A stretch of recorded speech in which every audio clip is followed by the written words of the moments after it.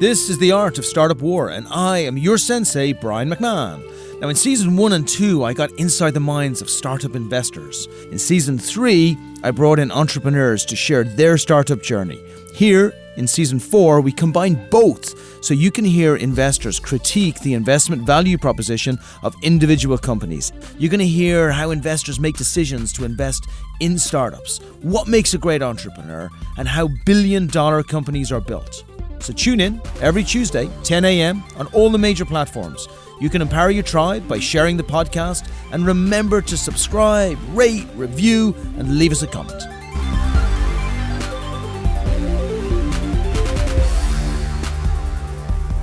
Good morning. It's 10 o'clock in the morning. It's Tuesday. It's Brian here from Expert Dojo. I'm here with Maurizio. Mauricio's over. This is going to be an international conversation today because Mauricio's over from Italy. He has a company called Sharknet, and we're going to talk about on a couple of dimensions here. Right. First dimension is going to be Sharknet as a company, the product fit, how it gets put together, what Maurizio wants to do with product fit, a little bit like his journey. But the second dimension is way more interesting, which is the other applications of the same technology, because many of us have got companies or products, and what we don't realize is we really have an access, and that access, we've chosen for that access to be with a specific audience, but the access could be with loads more audiences we just don't normally check. Welcome to the show.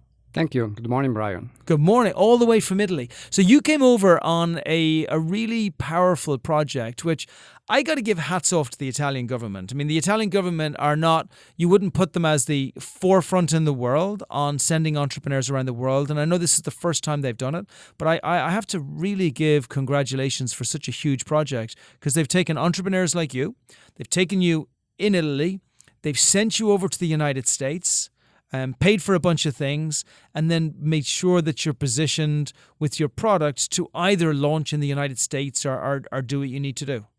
Yes, they actually made even better, because they selected, as you said, a number of companies, and they sent them all around the world, not only in the U.S. and multiple locations in the U.S., but others also in China, Japan, South Korea, England, and Slovenia. Amazing. And this is how you build a great entrepreneurship ecosystem, by actually looking at what you have, taking the companies you have, sending them around the world, getting best practice, bringing it back, and then hopefully having some of those companies expand or some of those companies bring the products back in. So hats off to the Italian government and every other government around the world watching this. This is what you should be doing with your entrepreneurs.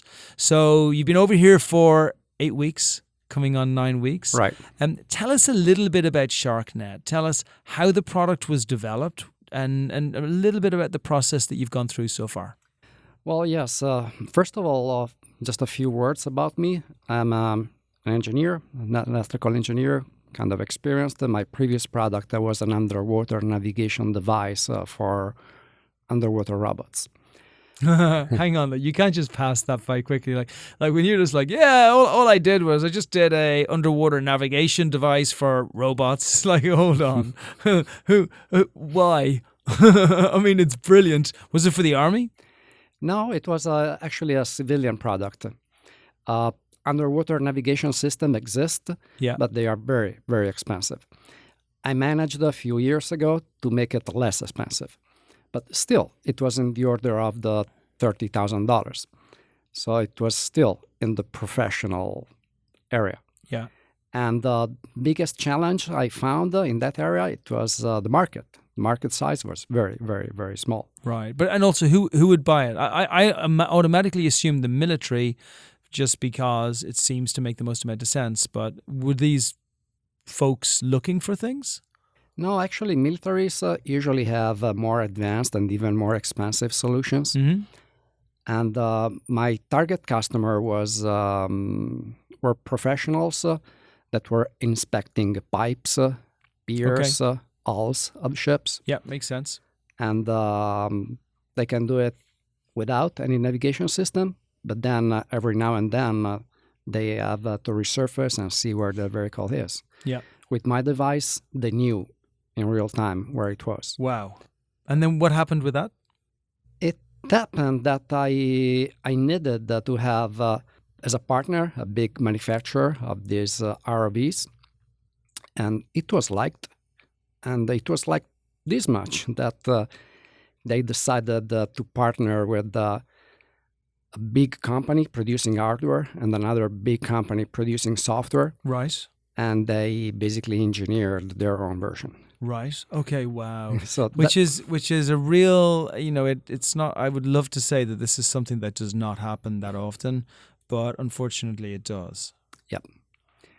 So having learned from that lesson, I decided to approach. Did you patent the product originally or no? It was patented, but the protection was covering some small details that they eventually were able to go through. And Very then, sneaky. anyway, I had no capability to protect the patent at all. Yeah. Which is the other side of it, right? Is that it's all very well having the patent, but if these companies decide to attack while we're still weak, it's very hard to fight back. Yes. Which is why speed of growth is so tremendously important. So you immediately learned from that, and then you immediately built another product. Yes, and in the same place. Well, the same area. The same area. Because you love diving, right? This is also why when you love something, so I love tennis. So inventing something in the tennis space, because I have such a deep domain expertise of tennis, actually makes sense. And when entrepreneurs are looking for new products to launch, it's actually really smart to do it in a space that you really know what you're talking about. And diving is that space, right? You've been doing it for years. Yeah. So I went to a local school and talking with the instructor over there, we tried to figure out what was a product that was fulfilling their needs. And we came out with the idea of Sharknet, that is a small wearable device for scuba divers and free divers, and helps schools to train those divers properly. Okay. And then so tell me a little bit more about the features of the product. So it has got a GPS which is built into it, which allows you to be able to tell where the diver is, of which you use mobile technology for that GPS, right? Yes. The way it works is when you dive, the device recognizes the beginning of the dive. It records the GPS position of the beginning of the dive, and then the depth profile. So far, just like any advanced diving computer. But differently than a diving computer, upon resurfacing, Sharknet automatically transmits with the cell phone module that is embedded all these data to the app of the user and also to the app of the instructor, the school, or the training agency. Very smart. Very smart. So you can actually record every dive you've done, how deep you've gone, how long you were down for, and I'm guessing some other data in there as well. It's almost like the social media of diving apps. Correct. And indeed, another feature of the app is that the divers can easily share their dives and even share their experience in the community so that they can select other divers that made a dive in a place where they are interested in. They check how safe they are, and maybe they can get in touch and see if they can dive together. Fantastic. And I know when you first came over here, you were very clear on what you were looking for. You wanted to find a collaborator, or somebody who was going to be able to develop the product, which I really respect, because a lot of time, let me actually backtrack. I believe there are three main character types of people, just in general, which just becomes more obvious in entrepreneurship. I believe that there are creative people, I believe that there are logistical people, and I believe there are business development people. Now, I believe you can have all three characteristics, but one always leads. And it leads with when you wake up in the morning, what it is you want to do. So there are some people who wake up in the morning and they want to create. They want to create something more incredible that they created the day before. There are other people who wake up in the morning like me, and all I want to do is achieve something. Like my day is wasted if I haven't done 8 podcasts instead of 7, or if I haven't done 140 emails instead of 130, my day is not complete. So I'm totally focused on numerical objectives to show that I've achieved something in the day. And then there's other people who are very logistically perfect, right? So they wake up in the morning, they want to make sure that the lights are turned on. They want to make sure that the car is warmed up. They want to make sure that everything's perfect, that the safety issues are covered and everything else, right? So you recognize that you are absolutely a creative person. You create and build incredible products. And you said, look, we either need a collaborator, somebody who is an amazing business development person who has logistical skills as well, but more important, that person is going to want to wake up every single day and sell Sharknet, or we want to find a larger company that will actually take the company, but rather than steal it, actually buy it from you so that you can have a nice exit, which actually comes from that, both of which are excellent objectives for the company. And those objectives still stay. Right? So, and I love how you've done this in a short period of time, being very, very intentional on what you're actually trying to get from it and where you're trying to bring it to. But you know what was fascinating for me was kind of how the conversation changed to the other alternative options that the company has in totally different spaces. Like way outside the diving space. You want to talk a little bit about that and a little bit about, some of the conversations that you had with investors? Because obviously an obvious one is the military, right? A military within your space, which by the way, I still think is a great opportunity. But it was the kind of the child safety applications that for me were absolutely fascinating. Yes, you're absolutely correct. At the very beginning and for many years, I thought I was able to be creative and at the same time run the company by myself. Mm-hmm. Then I came to realizing that, as you said, I am 100% creative. And I really get bored about marketing, sales, and many other subjects that are vital for a company. So after this realization, I'm faced now with the possibility to either sell the company or find somebody big in the areas that I'm lagging behind. Yeah. And now you were great as a mentor in stimulating my creativity. At least, hey, I'm glad I did that once. Normally, I stimulate the business development, but the creativity is so much more important because a lot of the time we end up hitting our head off the wall because we keep going down the same direction and not doing anything different. But actually, let me go further. You're such a creative person anyway that it didn't take a lot. Like as soon as we had that investor come in and as soon as an investor started like stoking some different fires, within a day, you had an entire presentation built up for a product fit and a market implementation. It was incredible. Thank you. So anyway, the new idea based on the existing product, actually the hardware is going to be exactly the same. Can be made smaller, can be made less expensive, but it's basically the same. It's to develop it and make it become a device to track children for their safety and security so that wherever they are, the parents can ask their position, the device replies automatically, or even provides a status position update periodically.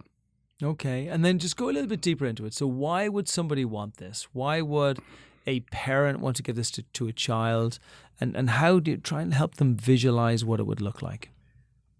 Well, the reason is very easy. It's a matter of security, safety. They don't want to lose their child or that their child is taken. Yeah. And, which is a huge problem here in the United States. It is. And now, there are many products already available that fulfill this need.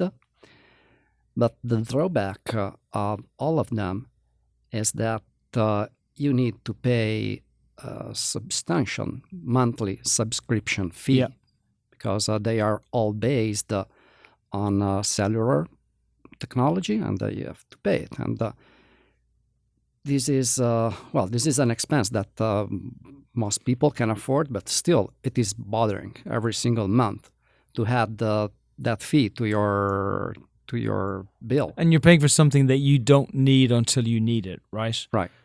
And hopefully you will never need it, right? I understand exactly what you mean, which is a little bit annoying that you have to do that, because all I want to do is, if I ever need something to happen, I just want it to be activated, right? So yes.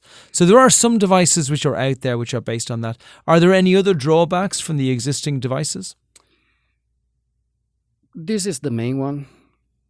And as I said, that many devices also recognize the need to provide entertainment or some other sort of service to either the child or the parents. Yeah.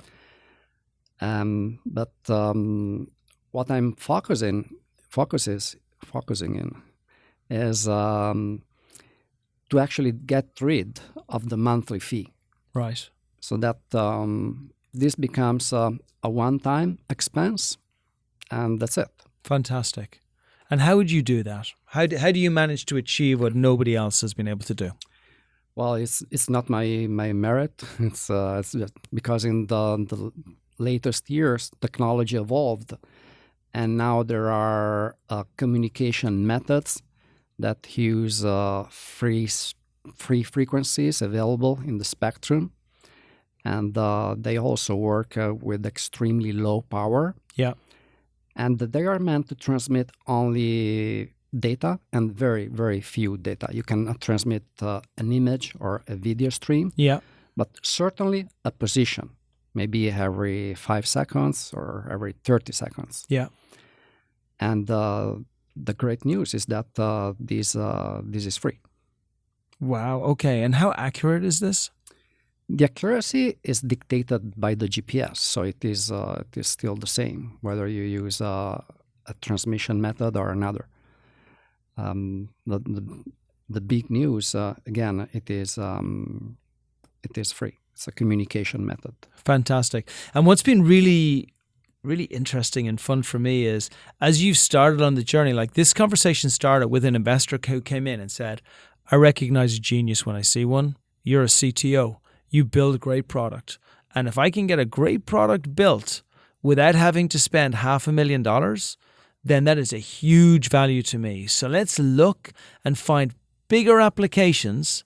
Not more important, because I actually think your application in the diving space is a huge application. It's just the diving market is a smaller market. It's not the swimming market, where everybody swims. It's that there's I'm not even sure what the percentage is, but it's got to be less than 1%. Is it like way less than 1% of people who dive? So because of that, it's just a very small market, right? It's not like Facebook. So what I love is, as he started saying, hey, let's find the same mechanics and let's put it into a different market, that you then moved on to all these different applications. And we have 2 other applications, which we're not going to talk about today because they're so dang good that I feel these could be some of the biggest things that could come through. And you've gone the same direction. So how has that creative flow and the mental process been as you've gone from application to application? And where do you think it's going to end? And we'll call the last two opportunities black box number 1 and black box number 2.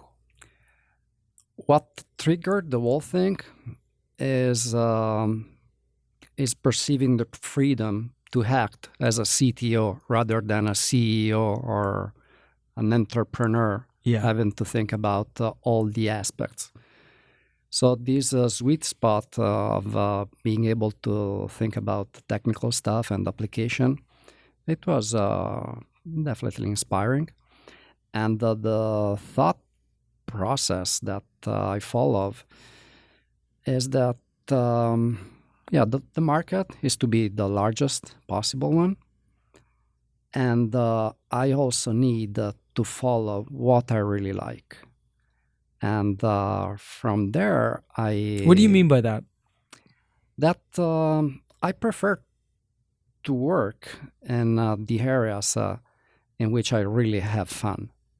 Yeah. And for example, I have always had fun in practicing sport outside, the open air. And so the next products are going to be games that are going to be practiced outside. And this is absolutely inspiring to me. Yeah, it's phenomenal. And especially because It's outside. You're moving kids away from sitting with a game in their living room for 5, 6 hours in a row and getting them out there experiencing life. I absolutely love that. Talk to me a little bit about your journey as an entrepreneur. When did it start? It started 14 years ago. Wow. And I was a Navy officer before that. Then I left the Navy. And as I said, I started in working in the underwater technology for big, big companies. Then my professional navigation system for robots came up.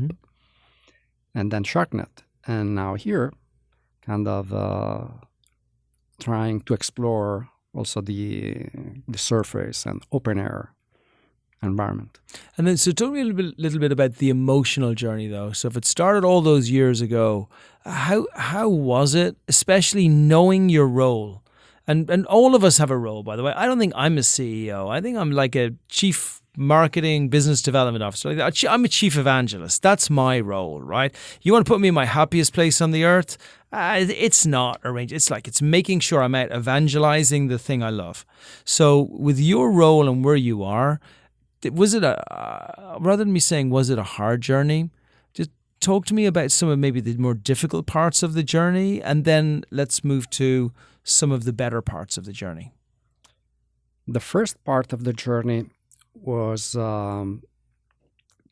after having made the transition from being an employee to be by myself, it was learning how to sell and how to ask for money to people. That was probably the most difficult thing. Then I ended up... Why? Just because it just feels dirty?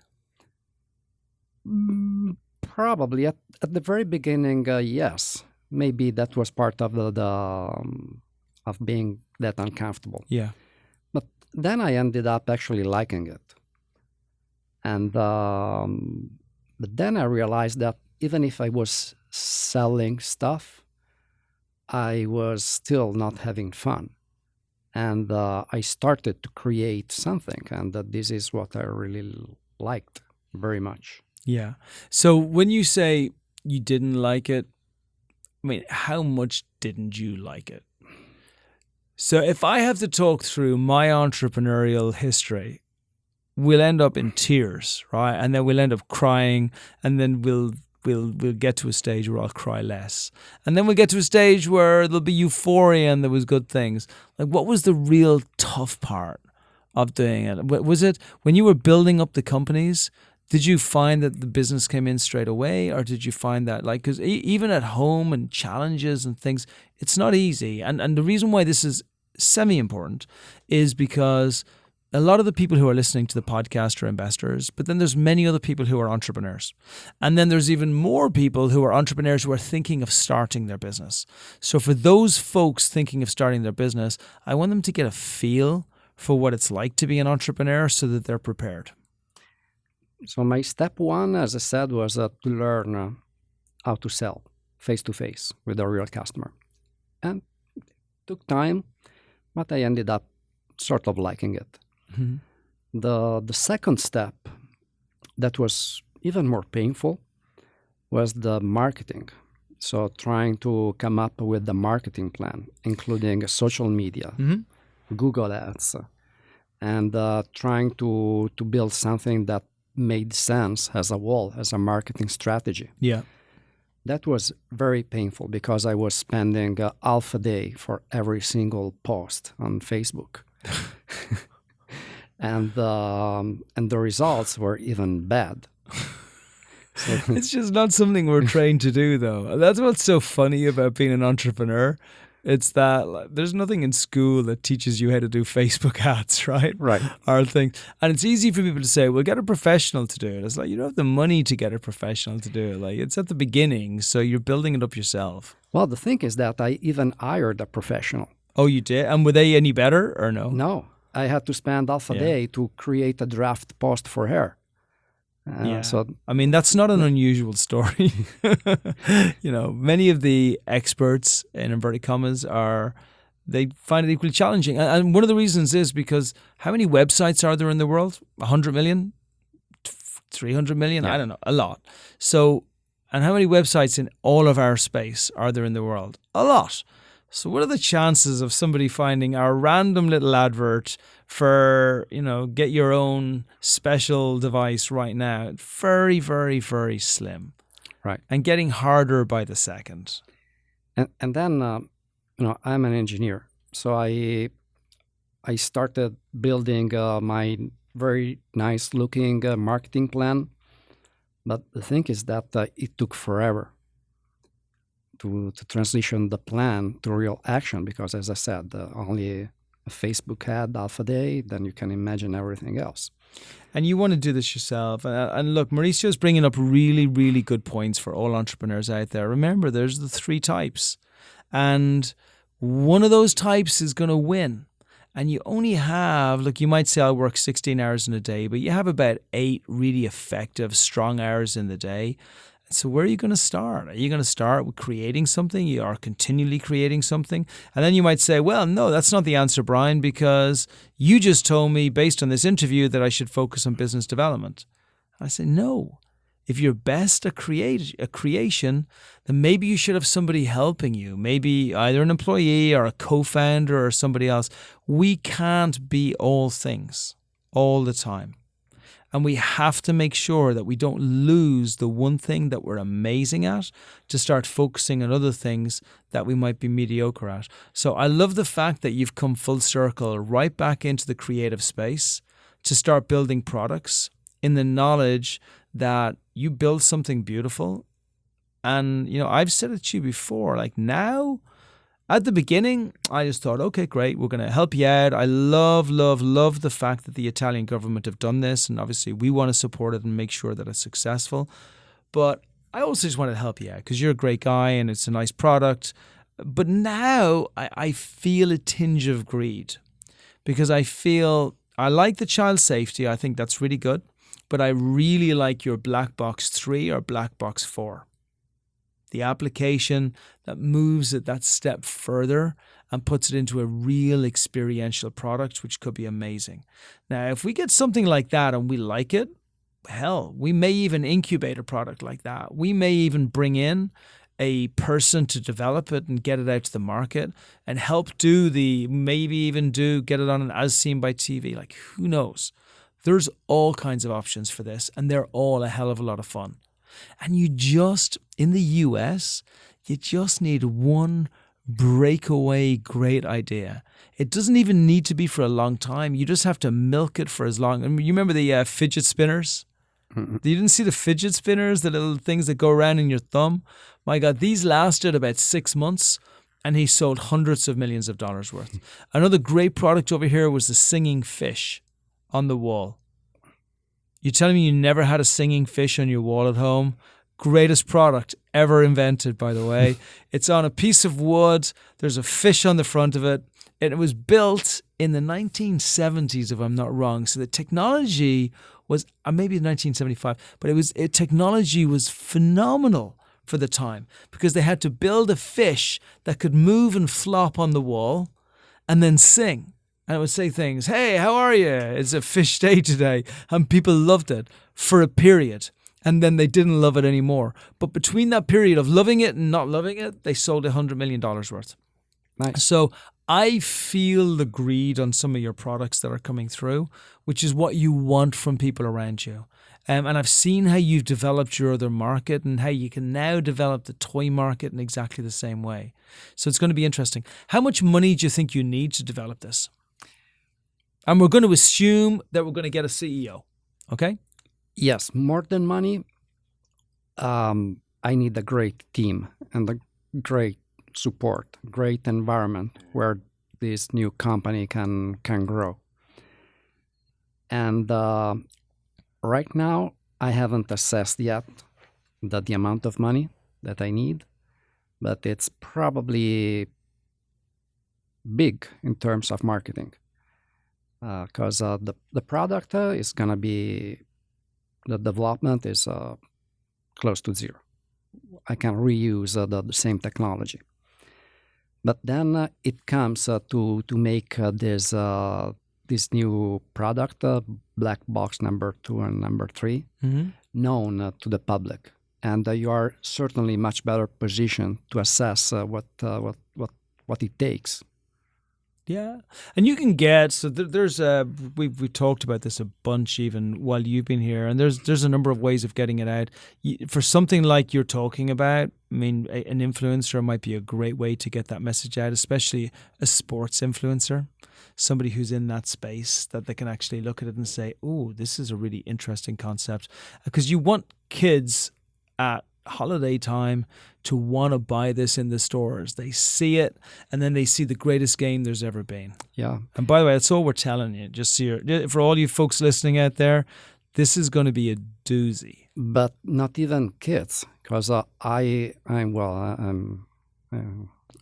sort of old, but I would really love to play that game. Yeah, yeah, it's true. It's true. Actually, it can be even declined for adults, and maybe even played not in a park, but in the whole country, an entire city. Yeah. No, an entire city. And actually, I'll tell you how I see it.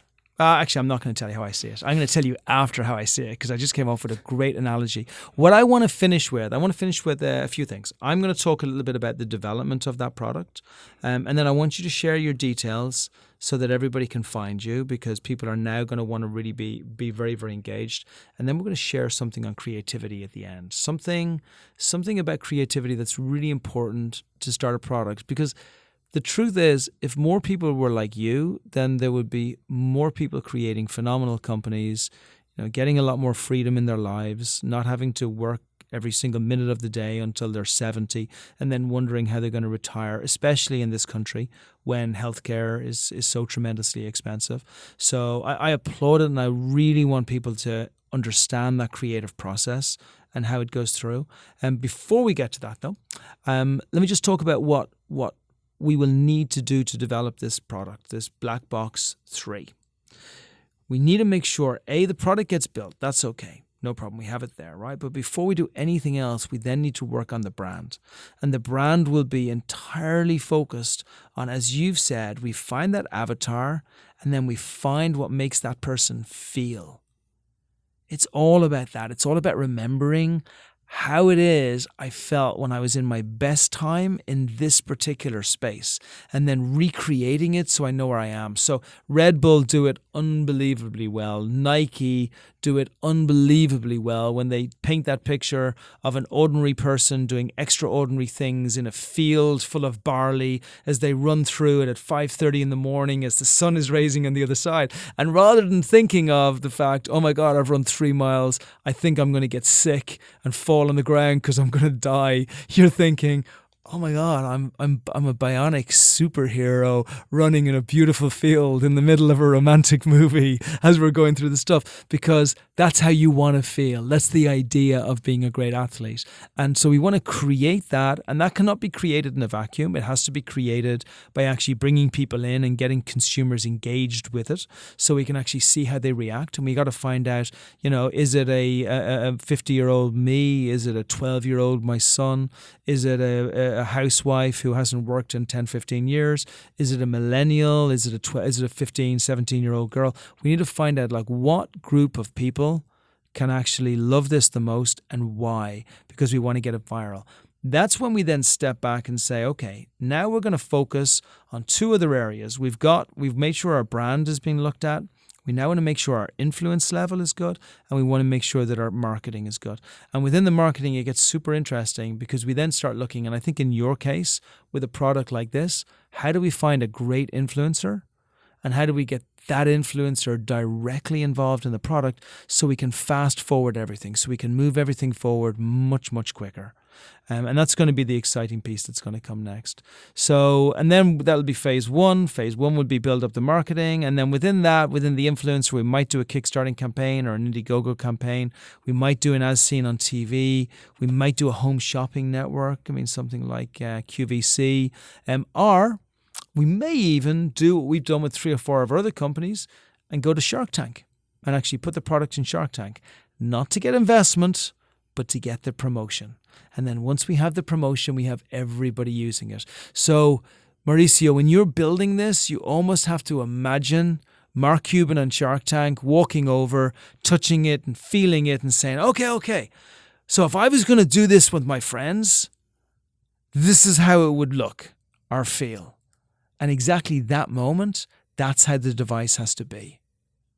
And then once we get past that first stage, we then go to the second stage of we know we have a product that's taking off. We move from the Viking stage into the gladiator stage, and that means the process, the procedure, the structure of building up a company needs to be 100% right.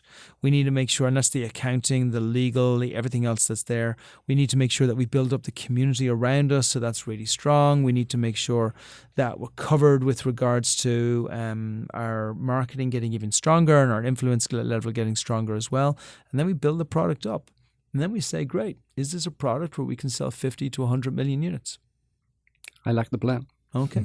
So now tell me, contact details first so everybody can contact you. Yes, the company is called Sharknet. And our website is sharknet.com. Beautiful. My email is maurizio.banfi@sharknet.com. Okay, so it's MAURIZIO.BANFI. Correct. At SHARKNET.com. C-O-M. Okay, perfect. So you got that. And now I want a piece of inspirational genius from a creator for all those people looking to think of how do I find my next product, which is going to be something really special. What is the process that you go through for that? Well, I'm probably not the best person to ask, but... You are, because you do it automatically. You don't think about it. If you asked me, I could tell you, but I would tell you a predetermined structure, which is not a good way for creativity. Well, what is it that makes you when you're thinking of products? I was taught that I have to notice a need and then to build something to solve that need. I never followed this route because I have not been quick enough to recognize a need, or at least the needs that I recognize are too big. Yeah. And rather, I start with what I can do, which sort of technology I dominate. And then I ask myself, what is the widest market? And with my wife, we sit down, or while we lay down on the beach and wonder. We come up with different ideas, and we challenge one another. Sometimes I complain because my wife has a tendency to say, yes, but. Instead of That's yes, brilliant. and. I love this, though. I love this. You find the area that you dominate in, and then you look for the widest possible markets in that space. It's like, and it's so simple, it would be like suggesting that Pele... Like the way normal entrepreneurship is, which is find a problem and fix it, is like saying, Pele, you should try and be a ballet dancer because they really need lots more ballet dancers that look like you. But what you're saying is, Pele, you're already the most incredible footballer on the planet.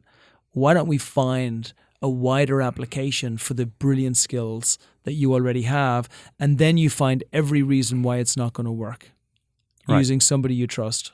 Yes. Okay, everybody out there, you can take that to the bank.